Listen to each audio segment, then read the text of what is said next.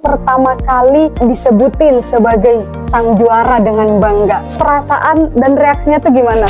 Oh, ini beneran aku juara 1. Pertama kali juara, ya pasti seneng banget lah ya, kan nggak mungkin dong sedih. Dalam seminggu berapa kali tuh latihan? Tuh aku 5 kali. Emang terkadang menghafal itu gampang. Pernah nggak sampai pengen menyerah? Pernah sih, maksudnya Kok nggak bisa-bisa sih, itu bener-bener pengen nyerah, nangis pun juga pernah. Halo semuanya, kembali lagi di podcast paling kece, podcast anak muda inspiratif. Bareng aku Rodatul Jannah, dan tentunya nggak sendirian dong. Kali ini aku ditemani sama 2 orang yang luar biasa banget. Salah satu di antara mereka jago banget di bidang wushu. Kalau dengar kata wushu, bawaannya pengen ikutan salto. Nah, yang satunya lagi keren banget, luar biasa banget di bidang tahfidz. Hafalannya menenteramkan hati, adem di jiwa dan raga. Nah, 2 dunia yang kelihatan berbeda, tapi mereka sama-sama punya semangat juang yang keren abis. Beneran deh, ini bukan prestasi yang ecek-ecek. Bayangin aja, mereka yang masih usia muda, masih usia anak SMA, tapi udah menjadi juara. Wah, ini yang bakal kita kupas pada pagi hari ini. Jadi siap-siap ya, dengerin kisah inspiratif yang nggak cuma bikin kagum, tapi bisa nyulut semangat kamu buat terus berkembang. Langsung saja kita sapa. Halo Kak, dengan siapa dari mana? Perkenalkan, nama saya Almira Devita Lifatan, biasa dipanggil Almira. Halo, perkenalkan nama saya Iza Sabila Arbaa, biasa dipanggil Iza. Kami dari SMA Muhammadiyah 3 Surabaya. Ah, keren banget ya, baru kenalan aja aura juaranya udah kerasa banget. Oke Kak, boleh cerita nggak? Kakak kan udah biasa, udah sering juara nih. Nah, boleh cerita nggak awal pertama kali nama kakak disebutin sebagai sang juara dengan bangga? Nah, itu pertama kali di pikiran kakak yang muncul tuh apa? Atau perasaan dan reaksinya tuh gimana? Sedih? Atau mungkin kaget sampai pengen lompat gitu, salting kah? Gimana? Ceritain dong. Aku dulu ya. Iya, boleh. Kalau aku pertama kali ikut wushu itu pas SD kelas 1. Terus awalnya tuh iseng-iseng aja ikut ekskul gitu. Kayak apa sih wushu nih? Kan nggak jarang denger ya. Kalau kayak tapak suci, silat kan memang sudah ada gambaran gitu. Kalau silat oh kayak begini, gerakannya begini. Kalau tapak suci itu bajunya merah, begini. Nah terus kalau wushu nih gimana? Terus akhirnya nyoba kan masuk. Nah terus sama pelatihnya di ekskul itu katanya oh kamu cocok, berbakat, terus diarahin buat masuk ke klub, ke Sasana gitu. Nah nama Sasananya itu 5 Naga. Nah terus akhirnya lanjut terus SD, SMP, terus sampai sekarang SMA juga masih lanjut, masih aktif gitu. Terus kalau pertama kali lomba itu ya pas SD sih, cuman aku lupa kapan tepatnya. Pertama kali juara ya pasti seneng banget lah ya, kan nggak mungkin dong sedih. Pasti seneng banget. Terus ya kalau pada saat itu karena masih SD jadi nggak terlalu mikirin gimana-gimana ya, jadi kayak cuman ya seneng dapat medali gitu aja sih kalau pas pertama kali lomba gitu sih. Gimana dengan Kak Iza saat pertama kali lomba tahfidz? Gimana tuh perasaannya? Nah, aku sendiri kan emang orang tua tuh benar-benar ngelatih buat hafalan. Jadinya dari TK pun udah belajar ngaji. Tuh habis itu dilanjut SD nambah hafalan, SMP juga nambah hafalan. Nah, dari SD sama SMP tuh udah pernah ikut lomba-lomba. Paling banyak sih waktu SMP ini tadi, soalnya setiap ada lomba tahfidz tuh selalu Iza yang dipanggil. Tapi aku panggilannya kalau di SMP Sabila sih, bukan Iza, jadi beda sama SMA. Terus habis itu pertama ya pastinya grogi lah, takut nanti hasilnya nggak sesuai sama ekspektasi gitu. Apalagi kan banyak yang ngeharapin menang gitu. Jadinya pelan-pelan dijalanin sambil dilatih sama guru-guru itu. Akhirnya bisa dapetin juara, alhamdulillah. Cuman sebelumnya juga pasti ada ini sih kalahnya. Jadi kadang itu belajar dari lomba sebelumnya. Apa sih yang kurang, itu harus dilatih lagi. Setelah itu naik lagi ke SMA. Nah, SMA ini alhamdulillahnya saya dapat juara 1 setingkat kota Surabaya. Nah, itu benar-benar part paling, oh ini beneran aku juara 1. Gimana tuh perasaannya saat itu, Kak? Ya benar-benar bangga lah, sama nangisnya itu nangis terharu juga gitu. Terus langsung kabarin orang tua, itu benar-benar emang gak nyangka sama sih. Itu pasti menjadi momen yang susah banget buat dilupain ya, ketika nama kita disebut. Wah, misal Iza sebagai juara 1 tahfidz, itu memang punya perasaan yang bangga banget kan, terlebih lagi orang tua pasti bangga banget sama kita. Nah, ini kan awal mula, dari situ pasti punya proses yang panjang ya, Kak ya. Nah, terus kalau misal udah mulai serius nih, pasti dong ada proses latihan yang lebih intens mungkin. Nah, kira-kira kalau kakak sendiri, Kak Almira, itu biasanya dalam seminggu berapa kali tuh latihan wushunya? Kalau seminggu itu aku 5 kali. Seminggu 5 kali? 5 kali dari jam 4:30 sampai jam 9 malam. Jam 5 sore sampai jam 9 malam? 5 sampai jam 9. Keren sih. Kalau Kak Iza, kalau ini membahas hafalan ya, otomatis pasti punya jam-jam tersendiri buat menghafal. Itu kira-kira biasa setiap harinya Kak Iza menghabiskan waktu berapa jam atau setiap minggu berapa kali buat beneran fokus buat murajaah? Kan kalau di SMA itu kan setiap pagi itu kan ada beki. Nah, waktu itu yang dimanfaatin buat nambah hafalan. Jadi setiap story itu harus nambah satu halaman. Gimana caranya tuh emang harus bisa fokus. Kadang simak-simakan sama temen juga. Dan emang terkadang menghafal itu gampang, tapi yang mempertahankannya itu tadi yang agak sulit. Makanya di rumah juga di murojaah setiap subuh itu kumpul sama keluarga buat murojaah bersama gitu. Jadi dibiasakan sebelum tidur juga harus membaca Al-Quran biar selalu teringat gitu di dalam pikiran, nggak dilupain gitu aja. Menarik banget ya perjalanannya, perjuangannya. Nah, kira-kira dari perjalanan yang seperti itu yang udah panjang banget nih ya, karena udah dari kecil sampai sekarang SMA, itu pasti ada momen dimana ngerasa capek banget kan. Nah, kayak lagi down banget gitu, pernah nggak sampai pengen menyerah kayak gitu? Kalau aku pernah sih, maksudnya kalau sampai menyerah banget enggak, tapi kayak udah bosen nih, jenuh gitu kan. Iya. Latihan, sekolah, latihan, kayak bosen latihan gitu.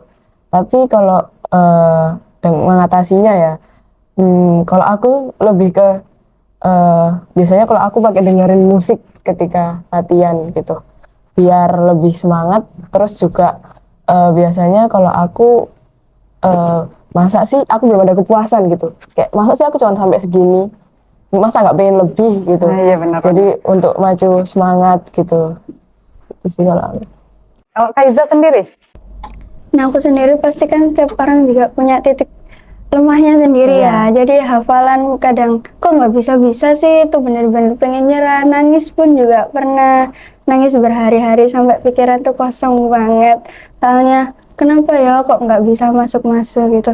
Tapi karena ada keinginan buat bisa banggain orang tua, juga masih punya masa depan yang cerah kan, jadinya harus benar-benar bisa mengusahakan gimana caranya buat bisa mencapai apa yang aku impikan dari hafalan itu.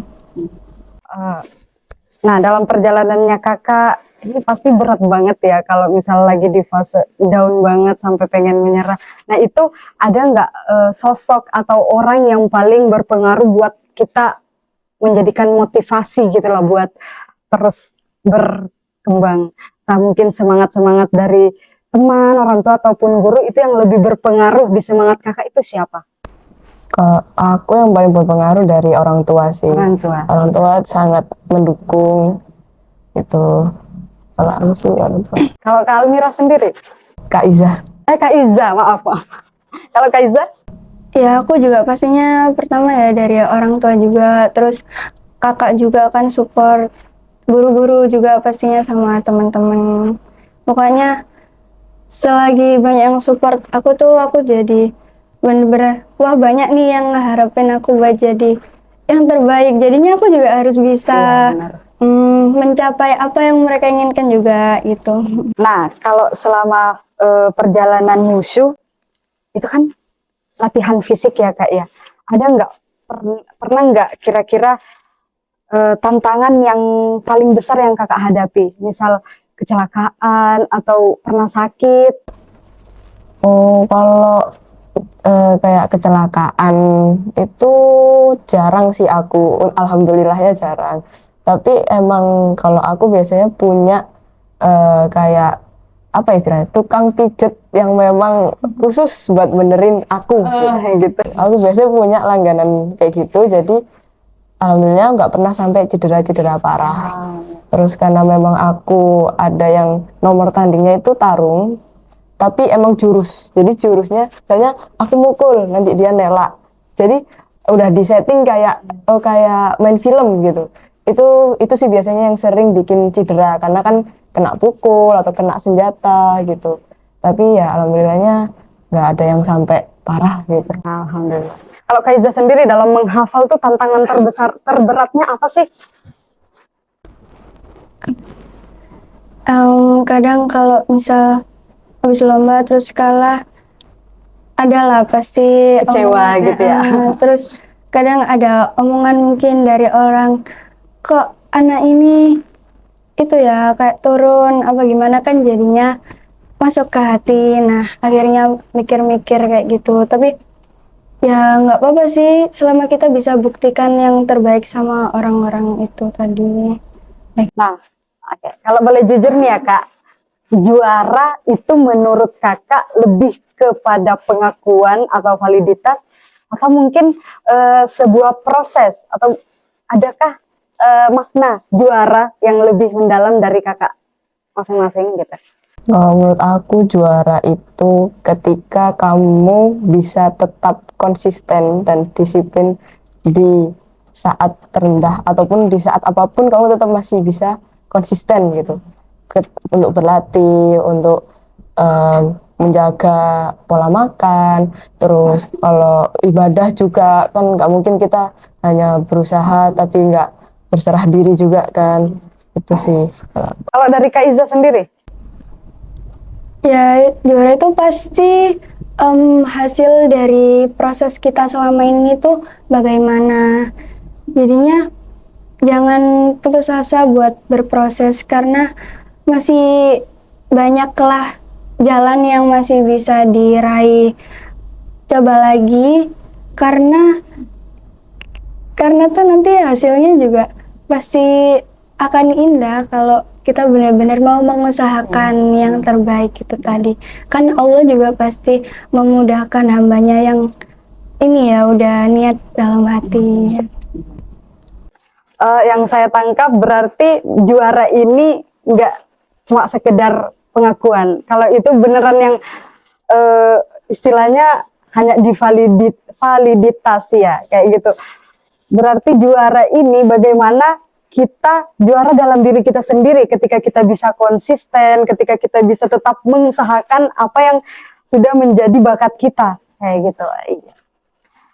Nah, kakak ini kan masih muda ya, masih muda tapi udah punya pengalaman yang luar biasa banget. Nah, mungkin di luaran sana, apalagi di masa sekarang, masih banyak teman-teman yang masih ngerasa down atau lagi di fase bingung sama jalan kehidupannya.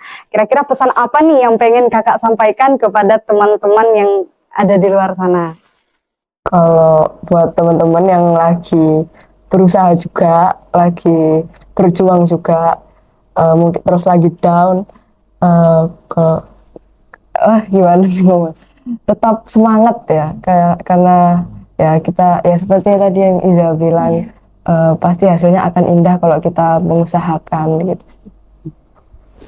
Kalau pesan dari Kak Iza? Buat teman-teman yang lagi berusaha, kalian itu pantas dapetin yang terbaik, pantas dapetin yang layak. Jadi jangan merasa aku nggak bisa. Hidup itu masih panjang, terus berjalan. Jadi kalian harus bisa terus berjalan, maju, bangkit lagi, gagal, bangkit lagi. Karena setiap proses itu pasti akan ada hasilnya yang indah. Kan tergantung gimana kalian cara mengusahakannya itu tadi. Dan buat teman-teman selalu ingat, Allah aja mengatakan di surat Al-Insyirah itu 2 kali. Fa innamal usri usra, innamal usri yusra. Jadi setiap kesulitan itu pasti ada kemudahan. Jadi buat kalian jangan patah semangat, terus berjuang sampai apa yang kalian inginkan itu bisa tercapai. Oke, terakhir nih Kak, setelah semua pencapaian Kakak yang keren banget ini, luar biasa ini, apa sih harapan atau target yang dikejar selanjutnya? Mungkin ada sesuatu yang pengen lebih difokusin, yang lain dari bakat-bakat Kakak nih, atau ada mimpi-mimpi besar yang pengen dicapai. Kira-kira apa tuh? Kalau untuk WUSU, aku pengen bisa masuk tim PON untuk dalam jangka pendek ini. Tapi kalau untuk kedepannya ya pasti pengen masuk timnas. Amin, amin ya. Kita doakan sama-sama teman-teman, semoga Kak Almira ini bisa lolos sampai membanggakan negara ya teman-teman. Oke, kalau dari Kak Iza sendiri? Ya pastinya pengen bisa nyelesain 30 juz itu tadi. Ya, amin ya Allah. Ini Terus bisa kayak dapetin beasiswa dari hafalan itu. Terus ini beneran tahfidz itu sangat menantang dunia dan akhirat, beneran hadiahnya ini juga menjadi kebanggaan nanti buat orang tuanya ya. itu juga sama pengen ketemu kayak ustadz-ustadz yang terkenal. Masya Allah. Semoga segala yang dicita-citakan oleh Kak Iza dan Kak Almira tercapai, sukses ke depannya. Luar biasa banget ya perjalanannya dan semangatnya. Aku dari tadi tuh bener-bener yang kayak gitu, enggak bercanda. Bener-bener banyak belajar, bukan cuma soal menjadi juara, tapi belajar konsistennya, ketekunan belajarnya, dan ikhlasnya ketika nggak sesuai dengan apa yang diharapkan gitu kan ya. Dan yang terpenting bagaimana kita tetap menjadi versi terbaik dari diri kita masing-masing. Nah, nggak terasa nih teman-teman, udah kakak-kakak udah berada di penghujung segmen. Terima kasih atas waktunya dan kesempatannya sudah berkunjung ke podcast kami. Buat teman-teman yang dengerin, semoga kisah ini menjadi pengingat bahwa setiap orang punya jalan hebatnya masing-masing. Terus berkembang dan terus semangat. Jangan takut bermimpi besar, asal siap juga buat usaha yang besar. Tetap semangat, terus berkembang, jadilah anak muda yang tidak hanya berprestasi, tetapi juga bermanfaat dan menginspirasi. Sampai ketemu di podcast selanjutnya, bareng aku Rodatul Jannah di podcast Anak Muda Inspiratif. Bye-bye!